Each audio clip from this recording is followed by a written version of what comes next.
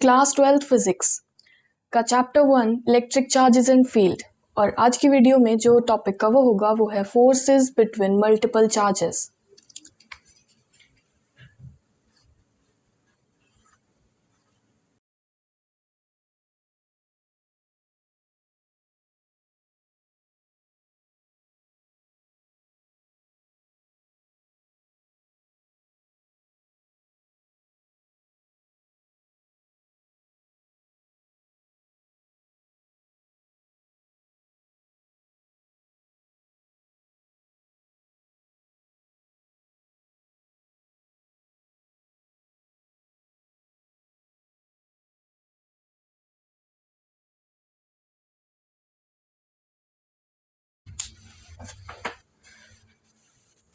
Forces between multiple charges. देखो, किसी भी चार्ज पर जब फोर्स लग रही है तब उस चार्ज के आसपास, उस जो चार्ज फोर्स लगा रहा है उसके अलावा भी अगर चार्जेस हों तो उसके लिए फिर एक नई चीज़ या एक नया टॉपिक आता है जो कि है ये। देखो, experimentally it is verified that force on one charge due to n number of charges is the vector sum of all the forces taken one at a time. All the forces taken one at a time.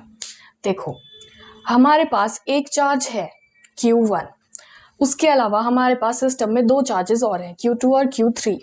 Q1 के ऊपर जो भी force लगेगी वो Q2 और Q3 की individual forces का vector sum होगा। यानी कि जब हम Q1 पर लगने वाली फोर्स Q2 के द्वारा यानी कि F12 को प्लस करेंगे Q1 पर लगने वाली फोर्स Q3 के द्वारा से यानी कि F13 से, तो इसका फॉर्मूला हो जाएगा द फोर्स ऑन Q1 यानी कि net force on Q1 will be equals to force on 1 due to 2 plus force on 1 due to 3।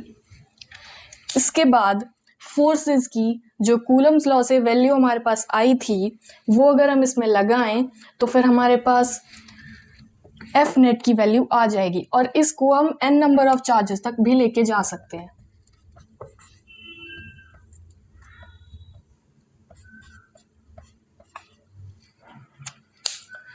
ठीक है,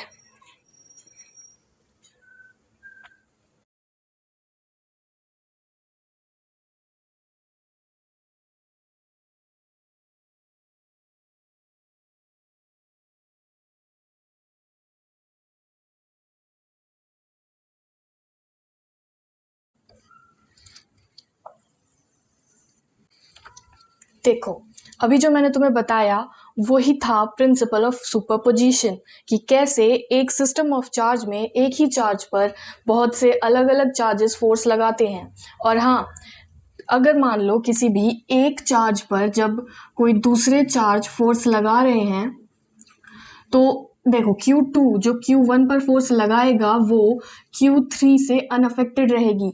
यानी कि Q1 देखो यानी कि F12 जो फोर्स है ये फोर्स ड्यू टू 3 से अनअफेक्टेड, उस पर फोर्स ड्यू टू यानी कि थर्ड चार्ज का कोई भी फर्क नहीं पड़ेगा। ठीक है, उसके बाद ये फोर्स, इन दोनों के बीच की फोर्स हो गई F13।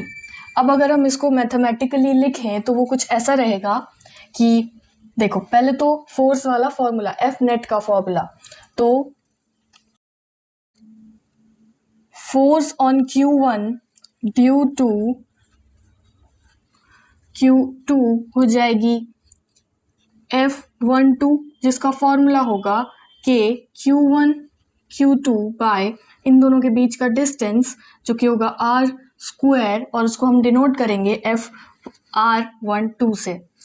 उसके अलावा force on 1 due to Q3 हो जाएगी F13 जिसकी वैल्यू होगी K Q1 Q3 upon R square और R यहाँ पर होगा 13।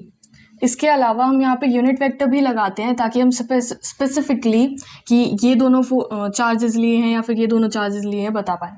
तो यहाँ पर तो हमने R12 कैप R13 कैप, ये यूनिट वेक्टर होता है।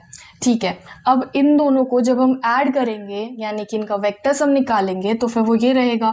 देखो फोर्स नेट यानी कि Q1 पर जो टोटल चार्ज लग रही है, फोर्स लग रहा है, वो होगा F12 plus F13।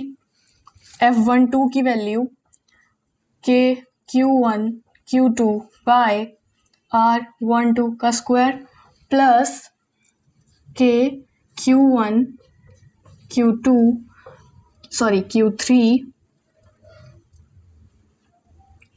Bye R13 का स्क्वायर।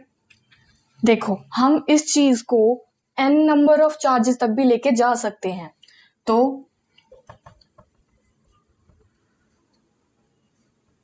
इसको बस n लिख लो फिलहाल के लिए, या फिर F1n लिख लो। ठीक है, उसके अलावा देखो हम इन सभी की सभी फोर्सेस में से k को कॉमन ले सकते हैं, तो फिर उसको हम अलग से लिख लेते हैं कि k और फिर अंदर बचा बस Q1 Q2 बाय R12 का square plus Q1 Q3 bye R13 का स्क्वायर, ये पूरा n नंबर तक। ये n मैंने यहाँ पे बस लिख दिया, n लिखा है, लेकिन ये पूरा इसी की तरह फॉर्मेट में भी आएगा। ठीक है, तो ये तो हो गया प्रिंसिपल ऑफ सुपरपोजिशन। ठीक है, और हाँ ये ना एक्सपेरिमेंटली वेरीफाइड है कि ऐसा ही होता है, ये एक्सपेरिमेंटली वेरीफाइड है। ठीक है, तो फिलहाल के लिए आज की वीडियो में इतना ही।